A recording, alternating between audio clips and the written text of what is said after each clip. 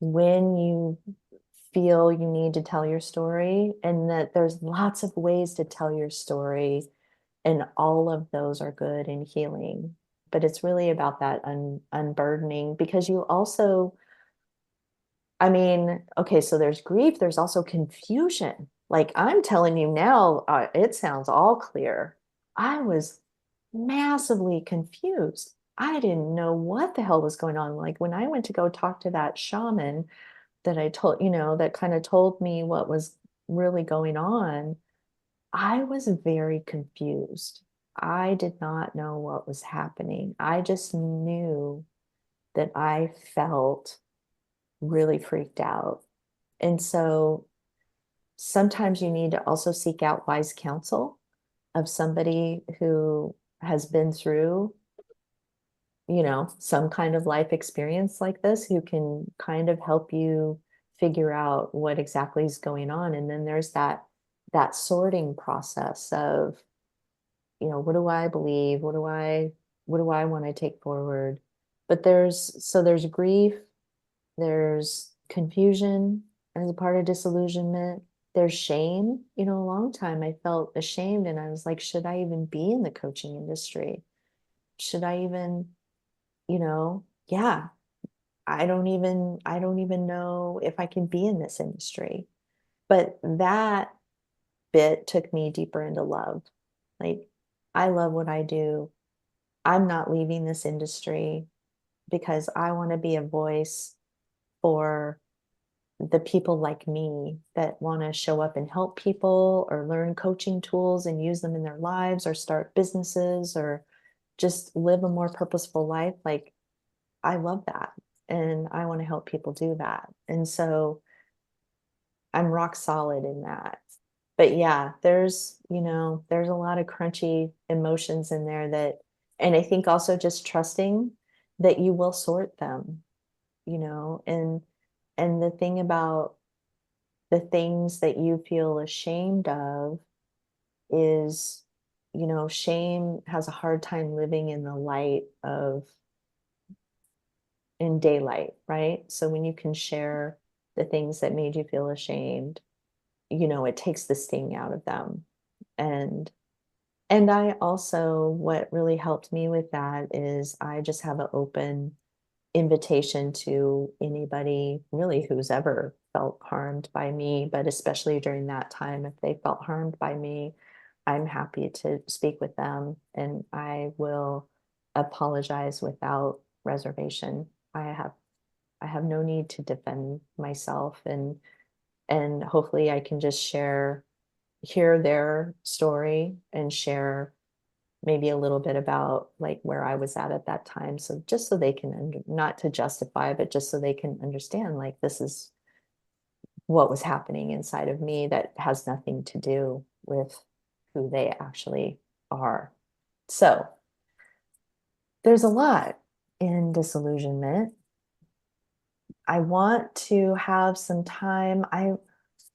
I'm of two minds. Like, I have the little worksheet. You guys can go through it. Like, I could take you through that more formally. I would love to talk about what's more going on for you all with disillusionment, or like what this is bringing up for you, or what, and then I would like for us all to maybe together talk about, like, what do we think the purpose and the gifts of disillusionment are?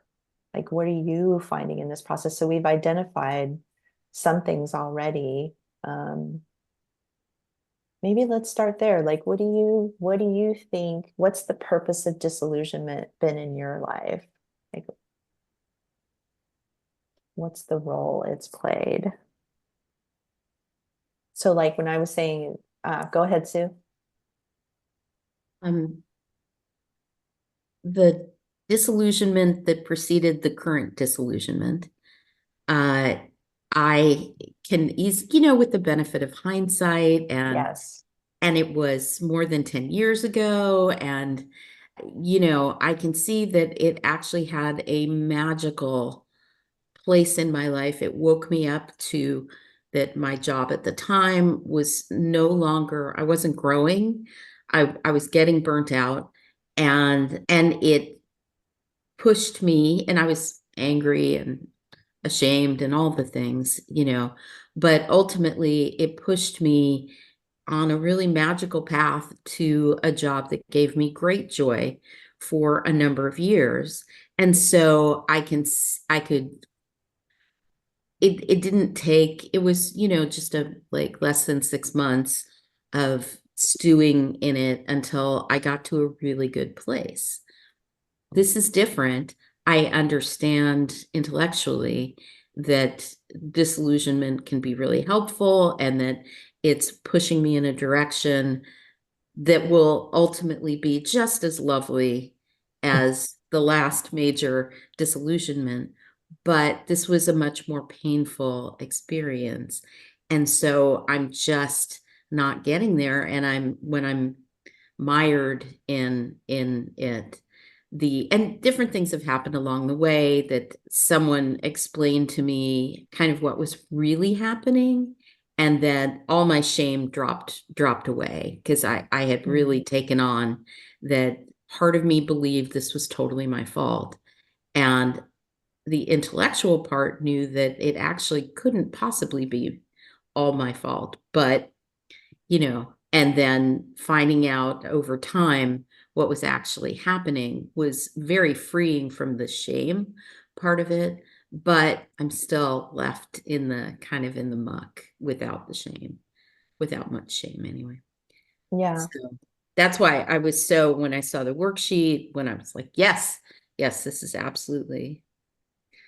Yeah, and I think the muck is part of the process, but as is dispelling that shame, right? Because it the shame sort of keeps you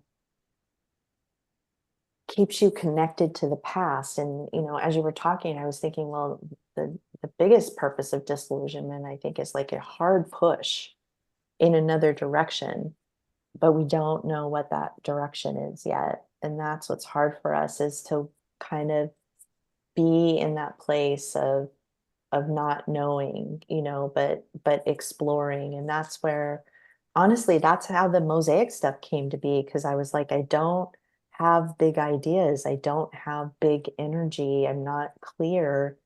And so I just kind of started going, well, here's a piece of something and here's a little piece of something. I don't know how all these things go together, but I just started gathering these pieces and kind of pursuing little avenues more than trying to come up with, like, what is the next big idea, because I didn't know. And I think one of the other things that sparked for me as you were talking is, I think another purpose of disillusionment is to get us to at least consider the things that we have made forbid. For me, it's like launching, or quitting that job like that. I was not going to consider those things. That was, and then even just to start to consider in our minds, like, what are the avenues that I've been resisting, and just sort of bringing them in just to see what happens. Because we're always like, oh no, I don't want that to happen, I don't. And it's like, well, that may be where your path lies. So that's one suggestion I would make too, is to see if there's anything like that, that's in the muck there, of like, well, no, I don't want to do this, or I don't want to do that, or that's not an option, because that's pretty much where you need to consider, at least consider, you know? Yeah, thank Well, you. I don't have any choice but to consider, given that I got forced out of my job, not fired, but forced out. And Oh, after 20 days short of 25 years at the company, oh with my, yeah, thank you, Eve, with a manager that in hindsight, I think was being somewhat manipulated into all of this, because she really wanted me to celebrate my 25 years. And I'm like, but you're the reason I won't be there on the, it made no sense. So, yeah, so I was kicking and screaming for resisting for formally for 7 months, but really for more like a year and a half, almost 2 years of, but it's not over till I say it's over. And well, it was over when they said it was over. So you know, but it, and it's left me like, what is wrong with me? Like, how much suffering do I think I need to endure? Like, I thought I could wait them out because previously unpleasant management, I've kind of waited them out and then was fine because the job itself was wonderful. Well, except for the people I worked for. So I guess it wasn't so wonderful. But yeah, it's left me with a lot of questions about why did I endure that level of pain? And look, there's a cat who's come to hear my story. Of course, makes Of perfect sense. course. Yes. Yes. Well, first of all, I'm railing at the treatment of 50 plus year old women in the workplace. And I mean, honestly, side note, but important side note, like, what the fuck is this bullshit? Right? Ageism is real, sexism is real. I know it's not a very enlightened, coachy thing to say, and we're supposed to reframe everything, but that's another thing. Like, we've got to talk about what's real, and this is real. And I know too many amazing women that are in this situation, and I'm like, okay, so here's another thing, like, how do we harness this energy? Like, I want to create like a like a girls club where, or like a consultancy or something where it's all women 50 plus who are deployed, to go fix shit. I don't know, something, but something's got to me, it's like something's got to change here, because this is unacceptable. And sometimes our own, what's happening to us personally, is a marker of something larger in the world that's happening, that's got to be dealt with. So I don't have the answer to this, but I'm open to anybody who has thoughts or ideas about it, because I'm ready to get on board. And that's what I want to say. And I'm so sorry, Sue, that they did you like that. And other people as well, you know, and with just kind of shocking results. And I mean, I found out that a very high level person distributed funding to weed out expensive people, which is, a euphemism for age. So, yeah, although I have been taking doing continuing education credits in employment law. So, I don't know, maybe there's something there. It had not occurred to me. I was just doing that to make myself feel better. And there's not much to feel better about because employment law is really rigged against the employee, which I think is not a surprise. But, you know, times they are a changing, and maybe it hadn't occurred to me that maybe that is a source of inspiration. Maybe that's a direction to follow. Yeah. And I think that's also the value of telling our stories, is when we tell our stories, without, first of all, it helps to dispel shame as the heads start nodding and everybody is relating. And that even though this was intensely personal thing that happened, it's also sadly not personal, and that's terrible too. But sometimes it points, telling our stories also points the way when we find other people, and it gives us new different ideas about how to move forward as well. So there's multiple benefits to sharing. So thank you. Thank you. Yeah. Anybody else? Kaya, go ahead. Yeah, yeah, thank you so much, Richard, for sharing. I don't know. I don't think I can articulate it so well as all of you did because, I feel like, I think, like Kirsten was saying, like she was 12 years ago, she did the Marta Beck training. And there has been so many times that I wondered. I have moments of wondering about so many things. And And I had disillusionment. My last disillusionment was, of course, with my family, and that. So I had so many pre-disillusions in organizations. And for me, the most difficult thing is, and I still want to see that I walk away. So I stepped out of all these organizations, like you did. It's like you have to. But I'm still hoping that there's this disillusion will also give me the gift of knowing what to do and not having to step away, because I feel so much that it continues when you step away. And that is my and I have such a good intuition because of all disillusionment. But it's also giving me that treasury every time again when I recognize it quickly. Like I quickly recognize it. And I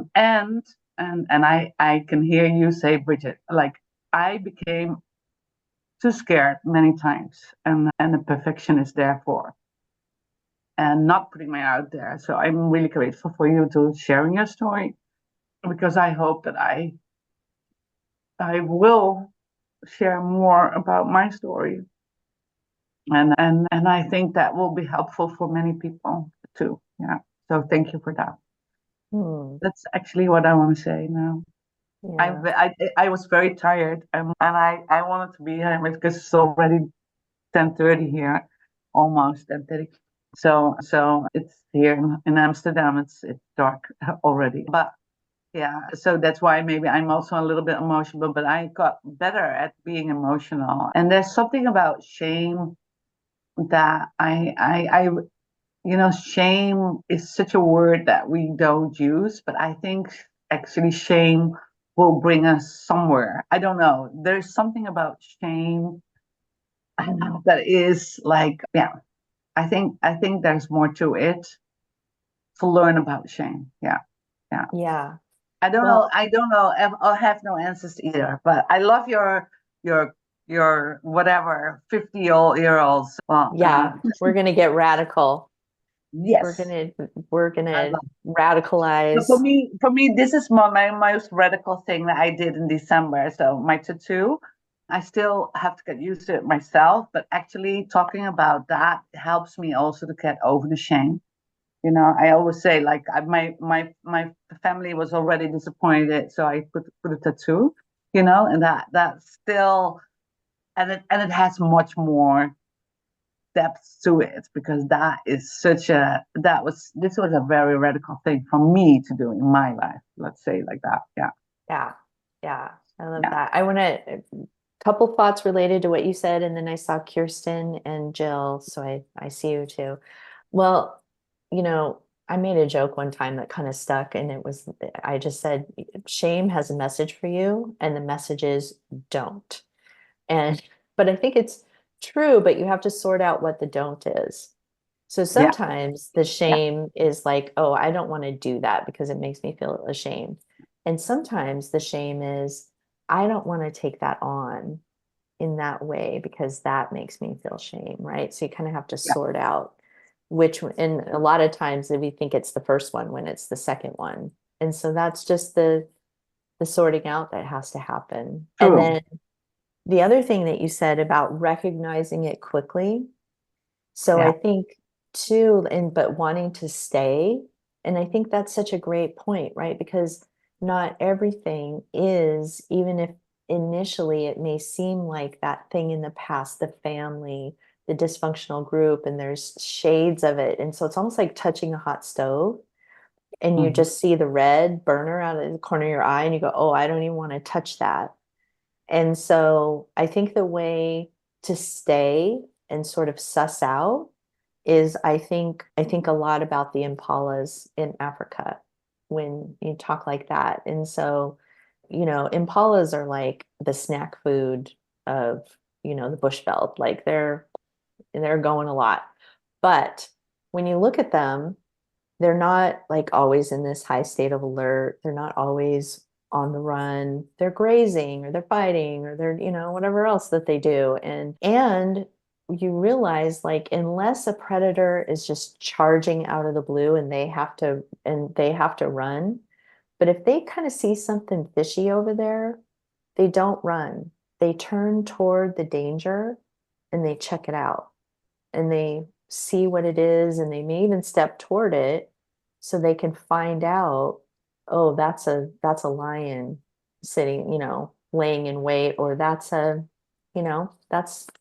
that's nothing. It's a rock or whatever. And so I think that I always think about that in these situations where maybe I'm pulling away too quickly because it has that signature, or I quickly think that may be something.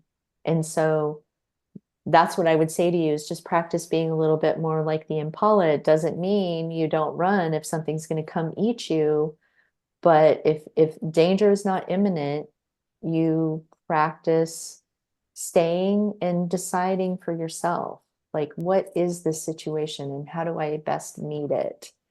Because a lot of times what happens too is, like, when the impala, if they see the lion or the leopard or whatever lying in wait, the game is up, because those animals have to rely on stealth and speed. And if they're seen, so if you can identify a potential danger in a situation, you can neutralize it potentially. So just a little food for thought there. Okay, thank you. You're welcome. Kirsten.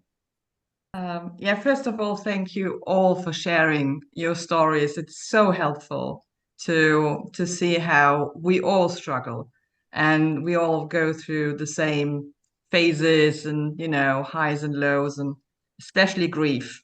And what I just wanted to add is, I think the self-doubt was my biggest challenge in all this. And as you know, Bridget, I just left this company, and I don't want to go into detail here, but it's my first family-owned company. I'm, by the way, also in the same time zone as Rea, so I'm in Germany. So, and it was so interesting when I joined this company. I thought, oh, family-owned, the family's there, and all these values, and we're so, yeah, integrity is so important. And I had these red flags all the time, and I thought I had joined a cult, to be honest. That was my original feeling. And in the end, over those past few days, when I said goodbye to many of really nice colleagues too, they shared a lot of stuff with me that they hadn't shared before, and everything just became clear. There is so much information that I hadn't had before, where I thought, oh, I was, I don't have to doubt myself, because my sense of what was going on deep down was true. And I think that was my most important insight. I can trust my gut feeling. I can trust myself. And that was so helpful. So I just wanted to throw it out Thank there. you for adding that, because that is one of the huge gifts of disillusionment, is when you can transform that self-doubt. You're in one of the things that woman said to me that landed is, like, a clear marker of being in a crazy situation is when you feel crazy or around somebody who is unbalanced or not acting in, not as manipulative or has something like that going on, is when you feel like, crazy, what's going on here? That's the sign. And so those are the things that you learn by being in these situations that make you feel bananas, but that you can trust that when you feel that way, there's something going on that needs to be investigated. And yeah, thank you for adding that. Jill, how about you? Yeah, I'm not sure how to pronounce Gea's name. You can say Her name is Gia or Hea. I try to, Hea? because I've known Okay. Hea for a long time, so I try to pronounce, but Gia is okay, right? Okay. Yeah, it's always English. okay. Yeah. I just wanted to add a point to what she was saying about shame. It's such an energy charged word in language. And at the beginning of this wonderful video, Bridget, you said the energy of hope gets released when we let go and we surrender. And yet, shame holds us hostage to something that has power over us. And so, if ever you've been in a room where a speaker is willing to discuss a story of shame, the minute they say that word shame, the energy changes in the entire room, because every heart, every spirit in that room can relate. And we've all been holding on. So I just wanted to add that point to what she was saying, because it's big. It's so huge. So thank you. Yeah, thank you. Yeah, Thank you, thank Jill. you. Yeah, I love, I love doing these salons because they're just, it's so co-creative, and that's what I like about it. And I think you're right. Shame holds us back. And that's part of the process of disillusionment, is reclaiming these parts of ourselves and forgiving ourselves and letting ourselves off the hook, and the sorting that has to happen. And, when you're pushed out of a community or a job or a situation, the feelings that brings up. And sadly, in a lot of those situations, we're pawns, we're commodities, we're head count, we're resources. It's not about who we are and our gifts. And that's a sad state of affairs in the world at writ large, right? And but this idea that, and I think it is, you're just there is that process of grieving and sorting, and the whys and the wherefores. And I think that's why it's really important to be able to talk those things through, and have places, have safe spaces to give light and air, so that people can reflect your light back to you and tell you about the truth of who you are.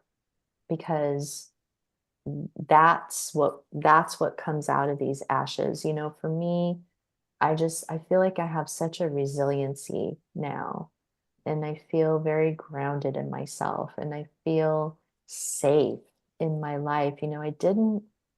I actually, I mean, it was so deep and profound for me, because I outsourced my sense of safety and belonging, and it's like, oh, well, money will make me feel safe. Status will make me feel safe. So success will feel safe, make me feel safe. Belonging, being central to this group and getting my value from being that will make me feel safe. And none of it made me feel safe. And I always felt like it could all fall apart at any time, because it wasn't located in me. And so as I started to locate safety in me, and in, the people that I love and that I trust, it's just been the most profound change in my life. So I know, like, I don't believe in, oh, that happened for a reason. Like, life just happens and unfolds. But I do think we can make meaning, and we can make choices about what we make of that.